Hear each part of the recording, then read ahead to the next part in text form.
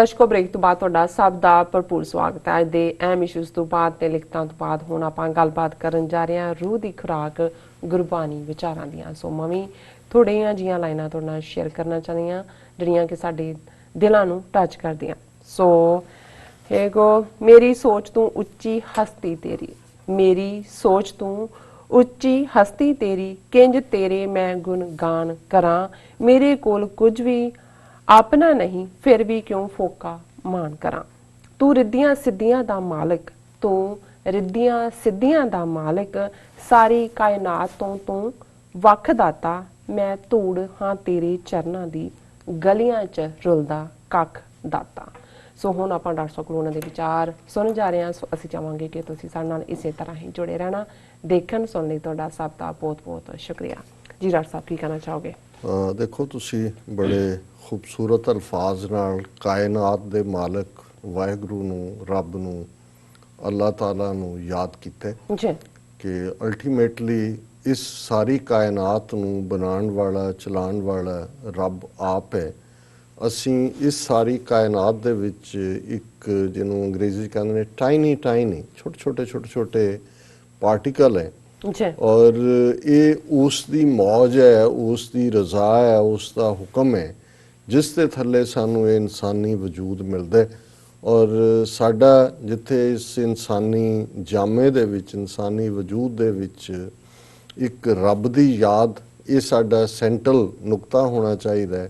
उत्थे खालक खलक खलक में खालक पूर रहो सब थाई जड़ी खलकत है इंसानियत है उस रब दी बनाई रियाया ये सारे लोग उन्हां दी खिदमत दे विच भी जो असी जिंदगी दे विच कर सकते हैं कुछ क्रिएटिव जी। और ज़ाहिर है ये शायद टैगोर दे लफज ने कि हर नवां जम्मण वाला बच्चा ये सुनेहा लैके आउंदा है कि रब बंदे तो उदास नहीं है, निराश नहीं है। Every child comes with the message that God is not disappointed with man.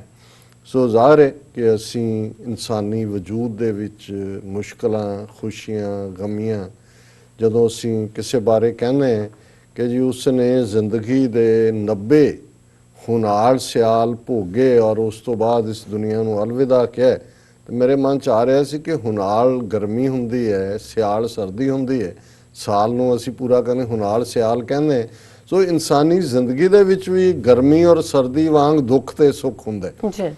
सो जिवें अंतां दी गर्मी तो बाद जिहड़ी ठंड है वो ठंड पांदी है तो जदों अंतां दी ठंड हुंदी है तो गर्मी जिहड़ी है फिर असी कहने जी बाहर धुप्पे बैठीए, धुप बड़ी मिठी लगदी है, मिठी मिठी धुप। सो ज़ाहिर है कि हुनाड़ और सियाल साडी जिंदगी नूं मुकम्मल करते हैं, दुख और सुख भी साडी जिंदगी नूं मुकम्मल करते हैं। और इस तरह जिहड़ी इंसानां दी फितरत है जां इंसानां नूं अज क्योंकि असीं शुक्रवार दे प्रोग्राम च गुरु ग्रंथ साहब की बाणी श्लोक 12 ते वधीक इस ते विचार करते हैं और अज 2 श्लोक 26 और 27 नंबर मैं चुने ने विचार लई। एक श्लोक उन्हां लोकां दी गल करदा है जिहड़े मनमुख ने, जिहड़े मन दे मगर लगदे ने, जिहड़े कहंदे ने ये जग मिठा अगला किन डिठा कौन दस्सण आया, यही है कर लो खा लो पी लो जो मर्जी करो, कोई असूल नहीं है, कोई किसी का जिहड़ा डर खौफ नहीं होना चाहिए। ये फॉर मैरी मेकिंग है जिंदगी।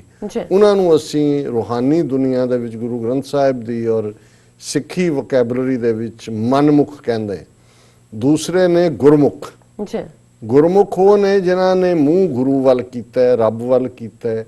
वो उन्हां टीचिंग्स नूं, उन्हां सिद्धांतां नूं, उन्हां प्रिंसिपल्स नूं उस ईमान दे उत्ते अमना करदे ने जिहड़े रब्बी हुक्म दे नेड़े ले जांदे।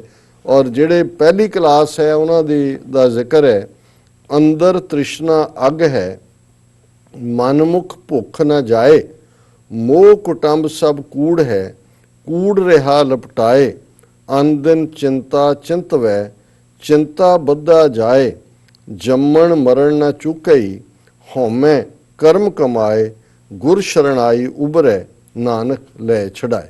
कि हुण जिहड़े मनमुख ने उन्हां दा की हाल हुंदा है कि अंदर डिजायर्स दी अनसैटिएबल फायर हुंदी है। वो डिजायर जिहड़ियां कदे पूरियां नहीं हुंदियां, कदे मुकदियां नहीं, ਇੱਕ ਮੁੱਕਦੀ ਹੈ ਦੂਸਰੀ ਖੜੀ ਹੋ ਜਾਂਦੀ, ਉਹਨੂੰ ਅੱਗ ਕਿਹਾ। ਜਿਵੇਂ ਅੱਗ ਹੈ, ਵਾਈਲਡ ਫਾਇਰ ਜਿਵੇਂ ਜਾ ਰਹੀਆਂ ਹੁੰਦੇ, ਇਵੇਂ ਅੰਦਰ ਤ੍ਰਿਸ਼ਨਾ ਦੀ ਅੱਗ ਹੈ। ਜੀ ਔਰ ਜਿਹੜਾ ਮਨਮੁਖ ਹੈ ਆਪਣੇ ਮਨ ਦੇ, ਉਹਦੀ ਉਹ ਕਦੇ ਵੀ ਤਸੱਲੀ ਉਹਦੀ ਨਹੀਂ ਹੁੰਦੀ, ਭੁੱਖ ਨਾ ਜਾਏ, ਉਹਦੀ ਭੁੱਖ ਕਦੇ ਨਹੀਂ ਮਿਟਦੀ।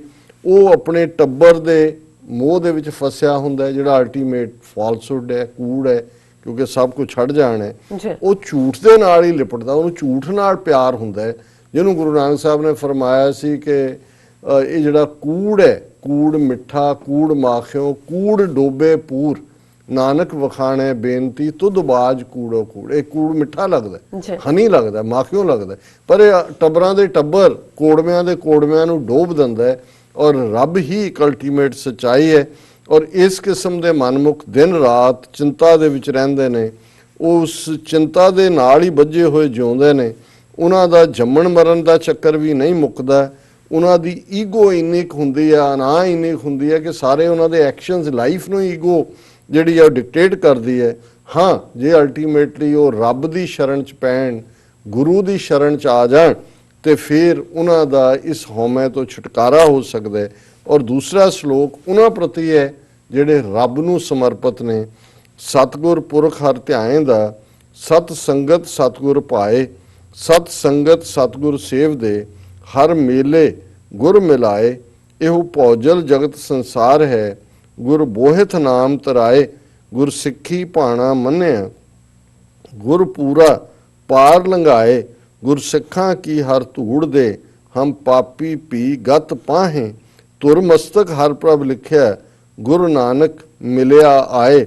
ਜਮ ਕੰਕਰ ਮਾਰ ਬਿਦਾਰਿਅਨ, ਹਰ ਦਰਗਾਹ ਲੈ ਛਡਾਏ, ਗੁਰ ਸਿੱਖਾਂ ਨੂੰ ਸ਼ਾਬਾਸ਼ ਹੈ, ਹਰ ਤੁੱਠਾ ਮੇਲ ਮਿਲਾਏ। ਕਿ ਜਿਹੜੇ ਗੁਰੂ ਦੇ ਰਸਤੇ ਤੇ ਤੁਰਨ ਵਾਲੇ ਨੇ, ਉਹਨਾਂ 'ਚ ਕੀ ਹੁੰਦਾ ਹੈ, ਉਹ ਰੱਬ ਦੀ ਯਾਦ ਜੁੜੇ ਹੁੰਦੇ ਨੇ। ਉਹਨਾਂ ਨੂੰ ਰੱਬ ਨੂੰ ਪਿਆਰ ਕਰਨ ਵਾਲਿਆਂ ਦੀ ਸਤਸੰਗਤ ਔਰ ਸਤਿਗੁਰੂ ਦਾ ਦੀਵਾਨ ਦਰਬਾਰ ਚੰਗਾ ਲੱਗਦਾ ਹੈ। ਉਹ ਉਹਨਾਂ ਦੀ ਸੇਵਾ ਦੇ ਵਿੱਚ ਰਹਿੰਦੇ ਨੇ ਔਰ ਅਲਟੀਮੇਟਲੀ ਗੁਰੂ ਦੀ ਰਹਿਮਤ ਨਾਲ, ਰੱਬ ਦੇ ਨਾਲ ਉਹਨਾਂ ਦਾ ਮੇਲ ਹੁੰਦਾ ਹੈ।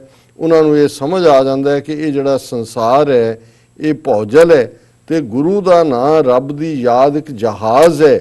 ਉਸ ਰੱਬ ਦਾ ਨਾਂ ਹੀ ਇਸ ਜਿਹੜੀ ਅੱਗ ਚੋਂ, ਭੌਜਲ ਚੋਂ ਪਾਰ ਲੰਘਾਉਂਦਾ ਹੈ। ਉਹ ਭਾਣੇ ਦੇ ਵਿੱਚ ਜਿਉਂਦੇ ਨੇ ਔਰ ਅਲਟੀਮੇਟਲੀ ਪੂਰੇ ਗੁਰੂ ਦੇ ਉੱਤੇ ਉਹਨਾਂ ਦੀ ਅਮੰਨਾ ਹੁੰਦੀ ਹੈ, ਜਿਹੜਾ ਉਹਨਾਂ ਨੂੰ ਇਸ ਸਾਰੇ ਭਵਜਲ ਤੋਂ ਪਾਰ ਲਗਾਉਂਦਾ ਹੈ। ਉਹਨਾਂ ਦੀ ਇਹੀ ਚਾਹਨਾ ਹੁੰਦੀ ਹੈ ਕਿ ਗੁਰਸਿੱਖਾਂ ਕੀ ਹਰ ਧੂੜ ਦੇ, ਹਮ ਪਾਪੀ ਵੀ ਗਤ ਪਾਏ। ਕਿ ਹੇ ਰੱਬ, ਜਿਹਨੂੰ ਅਸੀਂ ਅਰਦਾਸ ਕਹਿੰਦੇ ਹਾਂ, ਸਹੀ ਪਿਆਰੇ ਮੇਲ ਜਿਨ੍ਹਾਂ ਮਿਲਿਆ ਤੇਰਾ ਨਾਮ ਚਿਤਾਵੇ, ਕਿ ਮੈਨੂੰ ਉਹਨਾਂ ਦੇ ਨਾਲ ਹੀ ਮੇਲ, ਉਹੀ ਮੇਰੇ ਦੋਸਤ ਬਣਾ ਜਿਹੜੇ ਤੇਰੀ ਯਾਦ ਨੂੰ ਮੇਰੇ ਅੰਦਰ ਪਰਪੱਕ ਕਰਨ। ਔਰ ਅਲਟੀਮੇਟਲੀ ਉਹਨਾਂ ਦੇ ਅੰਦਰ ਇਹ ਡੈਸਟਿਨਡ ਹੁੰਦਾ ਹੈ, ਜਦੋਂ ਉਹਨਾਂ ਨੇ ਰੱਬ ਨੂੰ ਮਿਲਣਾ ਹੈ, ਇਹ ਵੀ ਰੱਬ ਦੀ ਰਹਿਮਤ ਦੇ ਨਾਲ ਹੁੰਦਾ ਹੈ। ਤੇ ਜਦੋਂ ਇਵੇਂ ਸੰਭਵ ਹੁੰਦਾ ਹੈ, ਉਹਨਾਂ ਅੰਦਰੋਂ ਜਮ ਕੰਕਰ ਹੈ ਕਿ ਐਂਜਲਸ ਆਫ ਡੈਥ, ਇਹਨਾਂ ਦਾ ਖੌਫ ਉਹਨਾਂ ਅੰਦਰੋਂ, ਉਹਦੇ ਅੰਦਰੋਂ ਖਤਮ ਹੋ ਜਾਂਦਾ, ਜਿਹੜਾ ਰੱਬ ਦੇ ਰਸਤੇ ਤੇ ਤੁਰਦਾ ਹੈ। ਔਰ ਰੱਬ ਦੀ ਦਰਗਾਹ ਦੇ ਵਿੱਚ ਵੀ ਉਹਨਾਂ ਦੀ ਬੰਦ ਖਲਾਸੀ ਹੁੰਦੀ ਹੈ, ਉਹ ਮੁਕਤ ਹੁੰਦੇ ਨੇ। ਗੁਰਸਿੱਖਾਂ ਨੂੰ ਸ਼ਾਬਾਸ਼ ਹੈ, ਹਰ ਤੁੱਠਾ ਮੇਲ ਮਿਲਾਏ। ਜਿਹੜੇ ਇਸ ਰਸਤੇ ਤੇ ਤੁਰੇ ਹੋਏ, ਰੱਬ ਦੇ ਰਸਤੇ ਤੇ ਤੁਰੇ ਹੋਏ ਗੁਰੂ ਦੇ ਸਿੱਖ ਨੇ। ਸਿੱਖ ਸੀਕਰ ਆਫ ਦਾ ਟਰੂਥ ਹੈ। ਗੁਰੂ ਸ਼ਬਦ ਬਹੁਤ ਥਾਵਾਂ ਦੇ ਉੱਤੇ ਰੱਬ ਦਾ, ਅੱਲਾਹ ਤਾਲਾ ਦਾ ਜਾਚਕ ਹੈ। ਕੁਝ ਥਾਵਾਂ ਦੇ ਉੱਤੇ ਗੁਰੂ ਸਾਹਿਬਾਨ ਦੇ ਨਾਲ ਵੀ, ਕਿਉਂਕਿ ਇਹ ਹੈ ਕਿ ਭਾਈ ਹਰ ਜਨ ਐਸਾ ਚਾਹੀਏ ਜੈਸਾ ਹਰ ਹੀ ਹੋਏ, ਕਿ ਰੱਬ ਦੀ ਰਹਿਮਤ ਨਾਲ ਜਿਹੜੇ ਰੱਬ ਦੇ ਬੰਦੇ ਹੁੰਦੇ ਨੇ, ਉਹ ਫਿਰ ਜਿਹੜੇ ਨੇ ਉਹਨਾਂ ਦੇ ਅੰਦਰ ਵੀ ਉਹ ਹੀ ਕਣ ਹੁੰਦਾ ਹੈ, ਉਹ ਤੁਹਾਨੂੰ ਲਿਜਾ ਕੇ ਰੱਬ ਦੇ ਨਾਲ ਹੀ ਜੋੜਦੇ ਨੇ। ਪਰ ਅਲਟੀਮੇਟਲੀ ਇੱਕੋ ਹੀ ਰੱਬ ਹੈ, ਇੱਕੋ ਹੀ ਅੱਲਾਹ ਤਾਲਾ ਹੈ। ਉਸ ਦੀ ਜ਼ਾਤ ਦਾ ਕੋਈ ਸ਼ਰੀਕ ਨਹੀਂ ਹੈ, ਉਸ ਦੇ ਕੋਈ ਬਰਾਬਰ ਨਹੀਂ ਹੈ। ਸਾਹਿਬ ਮੇਰਾ ਏਕੋ ਹੈ, ਏਕੋ ਹੈ ਭਾਈ, ਏਕੋ ਹੈ ਸਭਨਾ ਜੀਆਂ ਕਾ ਇੱਕ ਦਾਤਾ, ਸੋ ਮੈਂ ਵਿਸਰ ਨਾ ਜਾਏ। ਕਿ ਸਾਰੀ ਕਾਇਨਾਤ ਦਾ, ਸਾਰੀ ਕ੍ਰੀਏਸ਼ਨ ਦਾ ਇੱਕੋ ਰੱਬ ਹੈ, ਉਹ ਮੈਨੂੰ ਨਾ ਭੁੱਲੇ। ਔਰ ਇਹੀ ਸਾਡੀ ਅਰਦਾਸ ਵੀ ਹੈ, ਦੁਆ ਵੀ ਹੈ ਕਿ ਤੁਹਾਨੂੰ ਰੱਬ ਨਾ ਭੁੱਲੇ। ਇਹ ਦੁਆ ਫਕੀਰਾਂ ਦੀ। ਜੀ ਡਾਕਟਰ ਸਾਹਿਬ, ਤੁਹਾਡਾ ਬਹੁਤ ਬਹੁਤ ਸ਼ੁਕਰੀਆ। ਤੁਸੀਂ ਅੱਜ ਦੇ ਅਹਿਮ ਇਸ਼ੂ ਤੇ ਅੱਜ ਦਾ ਵਿਚਾਰ ਸਾਡੇ ਦਰਸ਼ਕਾਂ ਨਾਲ ਸਾਂਝਾ ਕੀਤਾ। ਇਸ ਨਾਲ ਆਪਣੇ ਵਿਊਅਰਸ ਕੋਲ ਨੇ ਇਜਾਜ਼ਤ। ਵਿਊਅਰਸ, ਤੁਹਾਡਾ ਬਹੁਤ ਬਹੁਤ ਸ਼ੁਕਰੀਆ। ਤੁਸੀਂ ਆਪਣੇ ਕੀਮਤੀ ਸਮੇਂ ਵਿੱਚ ਸਮਾਂ ਕੱਢ ਕੇ ਸਾਨੂੰ ਆਪਣੇ ਰਾਏ ਤੇ ਸੁਝਾਅ ਭੇਜੇ ਨੇ, ਤਾਂ ਭੇਜਦੇ ਰਹਿਣਾ ਸਾਡੇ ਇਸ ਪਤੇ ਤੇ sos@tv4.tv ਤੇ। ਅਸੀਂ ਆਪਣਾ ਪ੍ਰੋਗਰਾਮ ਲੈ ਕੇ ਫਿਰ ਦੁਬਾਰਾ ਤੁਹਾਡੇ ਸਨਮੁਖ ਹੋਵਾਂਗੇ। ਤਦ ਤੱਕ ਲਈ ਮੈਨੂੰ ਤੇ ਪਿੰਡਾਰ ਸਾਨੂੰ ਆ ਗਿਆ ਦੋ ਦੇਖਦੇ ਰਹੋ ਚੀਵੀ 84 ਬੁਲਾ ਦਿਓ ਫਤਿਹ। ਵਾਹਿਗੁਰੂ ਜੀ ਕਾ ਖਾਲਸਾ ਵਾਹਿਗੁਰੂ ਜੀ ਕੀ ਫਤਿਹ। ਰੱਬ ਰਾਖਾ।